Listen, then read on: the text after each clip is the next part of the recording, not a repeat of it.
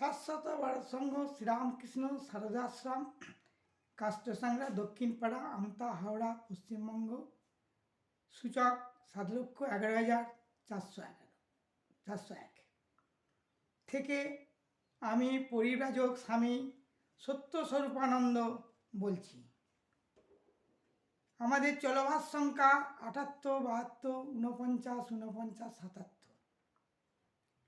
আমাদের শাশ্বত ভারত কথার মধ্য দিয়ে চালিত মনের কথা এই সময়।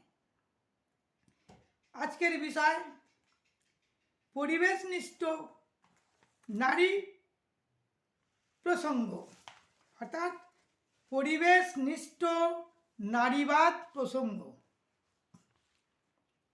মানুষের চিন্তার ইতিহাসে পরিবেশনিষ্ঠ নারীবাদ এক বিশেষ তাৎপর্যপূর্ণ।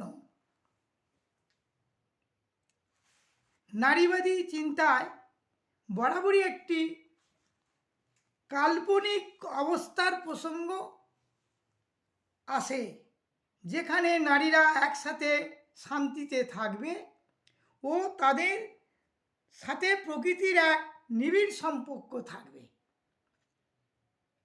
বাস্তবে কিন্তু আমরা এর ঠিক বিপরীত অবস্থা লক্ষ্য করি। প্রযুক্তিবিদ্যার নব উন্মেষ, শালীনী ক্ষমতা দিয়ে মানুষ প্রকৃতিকে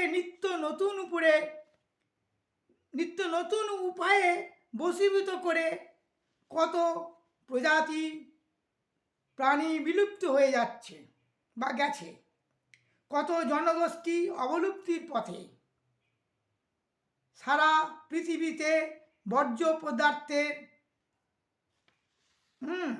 ভাগাড়ে পরিণত করা হয়েছে। এসবই হয়েছে বুদ্ধিমান মানুষের বৌদ্ধিক উৎকর্ষতার ফলে। এখন মানুষ নামক প্রজাতিরও বিলুপ্তির সম্ভাবনা প্রবল হয়ে দেখা দিয়েছে।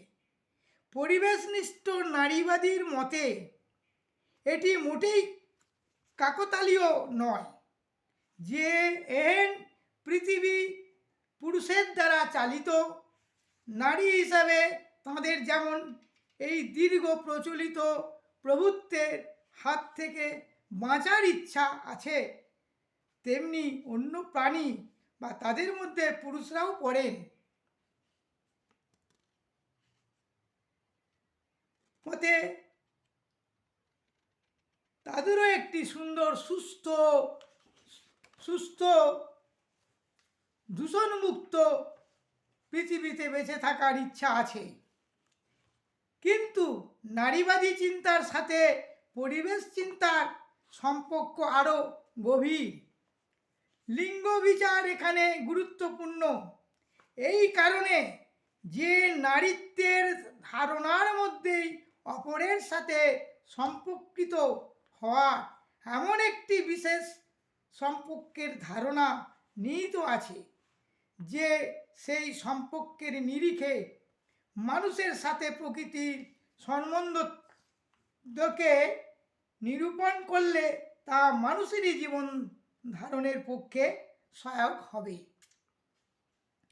এক সময় যেমন নারীকে গৃহলক্ষ্মী বলা হতো, এখন নারীর নতুন পরিচয় হোক পরিবেশ লক্ষ্মী। এই পরিবেশ লক্ষ্মী হিসাবে এই পরিবেশ লক্ষ্মী মা বোনেরা পারবেন অপরের প্রতি ও প্রকৃতির প্রতি নারীর যে সহানুভূতি, সহযোগিতা, সাযুজ্য ও পুষ্টি যোগানোর মনোভাব আছে, তাই পরিবেশকে ধ্বংসের হাত থেকে বাঁচাতে পারবে। জয় শিবমস্তু।